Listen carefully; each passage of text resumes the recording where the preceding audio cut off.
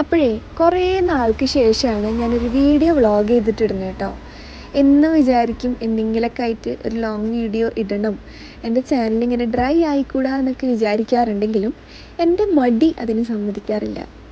ചിലപ്പോൾ ഫോണിൽ കുറേ വീഡിയോസ് ഉണ്ടാവും, പക്ഷേ ഈ ഒരു എഡിറ്റിംഗ് മടി ഉള്ളത് കൊണ്ടാണ് എനിക്കൊന്നും എന്നെക്കൊണ്ട് ചെയ്യാൻ സമ്മതിക്കാത്തത്. അപ്പം ഇന്ന് ഞാൻ വിചാരിച്ചു, ഇനി അങ്ങനെ മടി പിടിച്ചൂടാ, നമുക്ക് ഫോണിലുണ്ടെങ്കിൽ പിന്നെ അത് എഡിറ്റ് ചെയ്ത് ഇടുന്നതുകൊണ്ട് എന്താണ്, സപ്പോർട്ട് ചെയ്യുന്നവർ സപ്പോർട്ട് ചെയ്യട്ടെ. അങ്ങനെ ഞാൻ എൻ്റെ ഒരു യൂട്യൂബ് ജേണി ഞാൻ പറയാം കേട്ടോ. ഞാൻ ഈ ഒരു യൂട്യൂബിൽ നിന്ന് കാര്യമായിട്ടൊന്നും ഏൺ ചെയ്തിട്ടില്ല, പക്ഷേ എൻ്റെ ഈ ഒരു ജേണിയിൽ നിന്ന് എനിക്ക് എൻ്റെ ലൈഫ് കൊണ്ട് ഏൺ ചെയ്തത് കുറേ മെമ്മറീസാണ്. എൻ്റെ ലൈഫിൽ ഞാൻ നല്ല ഹാപ്പി ആയിട്ടിരുന്ന കാര്യങ്ങളും നല്ല അനുഭവങ്ങളും കാര്യങ്ങളൊക്കെ ഞാൻ ഈ ഒരു യൂട്യൂബിൽ ഷെയർ ചെയ്തിട്ടുള്ളത് ഞാൻ ചില ഡൗൺ ആയിരിക്കുന്ന സമയത്ത് നോക്കാറുണ്ട്. അപ്പോൾ എനിക്ക് ഭയങ്കര ഒരു ഹാപ്പിനെസ് കിട്ടാറുണ്ട്. അതാണ് എനിക്ക് യൂട്യൂബിൽ നിന്ന് കിട്ടിയ ഫസ്റ്റ് ഏണിംഗ് എന്ന് പറയുന്നത്. ഞാൻ 2017 യൂട്യൂബ് ചാനലിൽ ഫസ്റ്റ് വീഡിയോ അപ്ലോഡ് ചെയ്യുന്നത്. അതെൻ്റെ ഒരു ഫ്രണ്ട് ഞാൻ വാട്സപ്പിലൊരു സ്റ്റാറ്റസ് ഇട്ടിരുന്നു, ഒരു വോയിസ് ഓവർ സ്റ്റാറ്റസ്. അപ്പോൾ എൻ്റെ വോയിസ് രസമുണ്ടെന്നൊക്കെ പറഞ്ഞ് വെറുതെ എന്നെ അങ്ങോട്ട് സപ്പോർട്ട് ചെയ്തു. അപ്പോൾ അന്ന് എനിക്ക് കിട്ടിയൊരു സപ്പോർട്ട് കൊണ്ട് ഞാൻ യൂട്യൂബ് ചാനലിൽ വീഡിയോസ് ഇടാൻ തുടങ്ങിയത്. അന്ന് ഇട്ട് ഇടയ്ക്കൊക്കെ ഒരു വീഡിയോ ഇടും. പിന്നെ അങ്ങനെ ഇരിക്കുമ്പോഴാണ് നമ്മൾ കോവിഡിൻ്റെ ആ ഒരു ലീവ് കിട്ടിയത്. ഞാൻ മംഗലാപുരത്താട്ടോ പഠിച്ചത്. അപ്പോൾ അവിടെ നിന്ന് ലീവിന് നാട്ടിൽ വന്നപ്പോൾ 21 days നമുക്കിങ്ങനെ ഒരു ലോക്ക്ഡൗൺ കിട്ടിയല്ലോ. ആ സമയത്ത് ഞാൻ വീട്ടിൽ ഇരുന്നിട്ട് ഇങ്ങനെ വീഡിയോസൊക്കെ അപ്ലോഡ് ചെയ്യാൻ തുടങ്ങി. അങ്ങനെ എനിക്കതൊരു എന്താ പറയുക, നേരം പോക്കായി തുടങ്ങി. എനിക്കത് ഒരു ഹാപ്പിനെസ്സും അതുപോലെ തന്നെ ഒരു നേരം പോക്കും. അങ്ങനെയാണ് ഞാൻ പിന്നെ കുറച്ചാൾ ആക്റ്റീവായി. പിന്നെ എവിടേക്കോ ഞാൻ പിന്നെ ഒരു ബ്രേക്ക് എടുത്തു. പിന്നെ എനിക്ക് യൂട്യൂബിൽ ഇടാനും ആ ഒരു കോൺഫിഡൻസ് പോയി, എന്തൊക്കെയോ ആയി. അപ്പോൾ എനിക്കത് തിരിച്ചു പിടിക്കണം. എന്നിൽ ഉണ്ടായിരുന്ന ആ ഒരു കോൺഫിഡൻസോ അല്ലെങ്കിൽ എന്നിലുണ്ടായിരുന്ന ആ ഒരു ഹാപ്പിനെസ് എനിക്ക് തിരിച്ചു പിടിക്കണം എന്നുള്ളത് കൊണ്ടാണ്, പിന്നെ എൻ്റെ മടി ഇല്ലാതാക്കണം എന്ന് എൻ്റെ മനസ്സിൽ കുറേ ആയി. അപ്പോൾ അതുകൊണ്ടാണ് ഞാനിങ്ങനെ ഒരു യൂട്യൂബ് ചാനലിൽ വ്ളോഗായിട്ട് രണ്ടാമത് വന്നിട്ടുള്ളത്. നിങ്ങളെ സപ്പോർട്ടാണ് ഇമ്പോർട്ടൻ്റ്.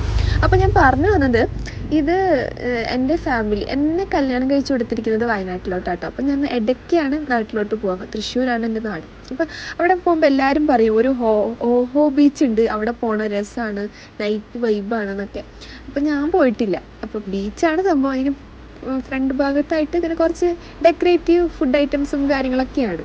അപ്പോൾ ഞാൻ എൻ്റെ ഫാമിലിയായിട്ട് എൻ്റെ കുഞ്ഞുപ്പാനെയും മക്കളെയും ഒക്കെ കൂട്ടിയിട്ട് ഞങ്ങൾ കാറിൽ എല്ലാവരും കൂടിയിട്ട് ഒരു ദിവസം നൈറ്റ് ഞങ്ങൾ അവിടെയൊക്കെ പോയി ജസ്റ്റ് ഒന്ന് വൈബ്, അത്ര തന്നെ. അവിടെ പോയി എല്ലാ കടകളൊക്കെ ഒന്ന് കണ്ട് കുറച്ച് ഫോട്ടോസൊക്കെ എടുത്ത് കുറച്ച് നേരം ബീച്ചിലൊക്കെ പോയിരുന്നു, കാറ്റൊക്കെ കൊണ്ടു.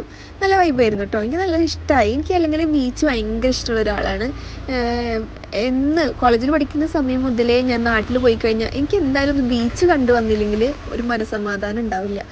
അത് നൈറ്റ് പോല് കുറവാണ്. ഇപ്പോൾ കുഞ്ഞിപ്പാക്ക് കാറും കാര്യങ്ങളൊക്കെ ഉള്ളതിൻ്റെ പേരിലാണ് നൈറ്റ് ഞങ്ങൾ പോയത് കേട്ടോ. എൻ്റെ മോനായിട്ടാണ് ഇപ്രാവശ്യം പോയത്. എന്നും ഞാൻ നാട്ടിൽ വരുമ്പോഴൊക്കെ പൂവിന് ഒറ്റയ്ക്കായിരുന്നു, അല്ലെങ്കിൽ ഉമ്മാനെ കൂട്ടിയിട്ടൊക്കെ ആയിരുന്നു. ഇത് എൻ്റെ മോനെ കൂട്ടി പോയതിൻ്റെ ഒരു സന്തോഷം എനിക്ക് വേറെ തന്നെ ഉണ്ട് കേട്ടോ. ഞാൻ അവിടെ പോയി കുറേ ഐസ്ക്രീമും അതൊക്കെ കഴിച്ചിങ്ങോട്ട് പോകുന്നത്. അവിടെ കുറേ ഡോഗ്സൊക്കെ ഉണ്ട്. അപ്പോൾ അതുകൊണ്ട് എനിക്ക് ഭയങ്കര പേടിയാണ് ഡോഗുകൾ. അപ്പോൾ അതുകൊണ്ട് ഞാൻ കുറച്ച് ഇടവിട്ടിട്ടാണ് നിന്നത്. വീഡിയോസ് എടുക്കാനായാലും എനിക്ക് പേടിയാണ്, കുറേ ഡോഗ്സ് ബീച്ച് സൈഡ് ആയതുകൊണ്ട് ഉള്ളതുകൊണ്ട്. അങ്ങനെ കുറച്ച് നേരം ഞങ്ങൾ ബീച്ചിലൊക്കെ പോയിരുന്നു. അത് കഴിഞ്ഞിട്ട് നമ്മളൊരു ഹെവി ആയിട്ട് എന്തെങ്കിലും ഫുഡ് കഴിച്ചിട്ട് തന്നെ വീട്ടിലോട്ട് പോകാമെന്ന് വിചാരിച്ചു. കാരണം നമ്മൾ എന്തായാലും വന്നതല്ലേ. അങ്ങനെ ഞങ്ങൾ വലപ്പാട് ചന്തപ്പടിയിലുള്ള അൽ ഹംദി കുഴിമന്തി എന്ന് പറഞ്ഞിട്ടൊരു ഷോപ്പുണ്ട് കേട്ടോ. അത് ചെറിയൊരു മന്തി ഷോപ്പായിരുന്നു. അതിപ്പോൾ ഹോട്ടലിൽ ഇത്തിരി കൂടി എലോബറേറ്റ് ചെയ്തിട്ട് ഇതാക്കി കേട്ടോ. നല്ല തിരക്കാണ് അവിടെ. അപ്പോൾ എപ്പോഴും ഞാൻ പെരി പെരി മന്തി അല്ലെങ്കിൽ അൽഫാം മന്തിയൊക്കെയാണ് കഴിക്കൽ. അപ്പോൾ എൻ്റെ കുഞ്ഞിപ്പോൾ പറയാ നമുക്ക് എന്നിട്ട് ബീഫിൻ്റെ തന്നെ ഒരു ഷുവാമന്തിയോ അങ്ങനെ എന്തോ ഒരു സംഭവം കേട്ടോ, ബീഫിൻ്റെ വെറൈറ്റി. അപ്പോൾ അത് ബീഫിൻ്റെ തവ അങ്ങനെ എന്തോ സംഭവം കേട്ടോ. അപ്പോൾ ഞാനത് ഓർഡർ ചെയ്തു. ഞാൻ ആദ്യമായിട്ടാണ്. അപ്പം നമ്മളത് ഓർഡർ ചെയ്തു, നമ്മളെല്ലാവരും കൂടി കഴിച്ചു. നല്ല അടിപൊളി ടേസ്റ്റ് ആയിരുന്നു കേട്ടോ. എനിക്ക് കുറേ നാൾക്ക് ശേഷമാണ് ഞാൻ ബീഫിൻ്റെ ആ ഒരു സംഭവം മന്തി കഴിക്കുന്നത്. അൽഫാം മന്തി ഇപ്പോഴും കഴിക്കലുണ്ട്. അപ്പോൾ അത് കഴിച്ച് എനിക്ക് ഭയങ്കര ഇഷ്ടമായി. അപ്പോൾ ഞങ്ങളിതെല്ലാം കഴിച്ച് നമ്മൾ നൈറ്റ് ചിൽ ഔട്ട് ചെയ്തു. ഹാപ്പി ആയിട്ട് തിരിച്ച് വീട്ടിലോട്ട് പോയി. അപ്പോൾ ഇത്രയൊക്കെ ഉള്ളൂ എൻ്റെ യൂട്യൂബ് ചാനലിൽ ഇന്നത്തെ ഈ ഒരു വീഡിയോ. ഇനി അങ്ങോട്ട് എന്നെ പ്രതീക്ഷിക്കാം. ഔട്ട്രോ ഇൻട്രോ ഒക്കെ ആയിട്ട് ഇനി വരും ഇൻഷാ അള്ളാ. അപ്പോൾ നിങ്ങളെ സപ്പോർട്ടാണ് ഇമ്പോർട്ടൻറ്റ്. ഇനി അങ്ങോട്ടുള്ള വീഡിയോസിന് നിങ്ങളുടെ സപ്പോർട്ട് ഉണ്ടെങ്കിൽ ഞാൻ നല്ല ഹാപ്പി ആവുള്ളൂ. എൻ്റെ ഒരു കോൺഫിഡൻസ് നിങ്ങൾ സപ്പോർട്ട് ചെയ്യുന്നുള്ളത് കൊണ്ടാണ് ഇൻഷാ അള്ളാ. അപ്പോൾ നല്ല അടിപൊളി ടേസ്റ്റ് ആയിരുന്നു കേട്ടോ. നിങ്ങൾ തൃശ്ശൂർ, തൃപ്രയാർ, വലപ്പട ഏരിയയിലുണ്ടെങ്കിൽ തീർച്ചയായിട്ടും അവിടെ പോയിട്ട് ഈ ഒരു മന്തി ട്രൈ ചെയ്യണം. അടിപൊളി ടേസ്റ്റ് ആയിരുന്നു.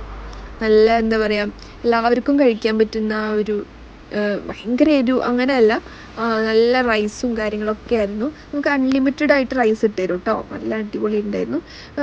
റേറ്റും കുഴപ്പമുണ്ടായിരുന്നില്ല. ഒരു 850 റുപ്പീസൊക്കെയാണ് കേട്ടോ ഒരു 1 മന്തിക്ക് വരുന്നത്. കുഴപ്പമില്ല, അടിപൊളി ടേസ്റ്റ് ആയിരുന്നു.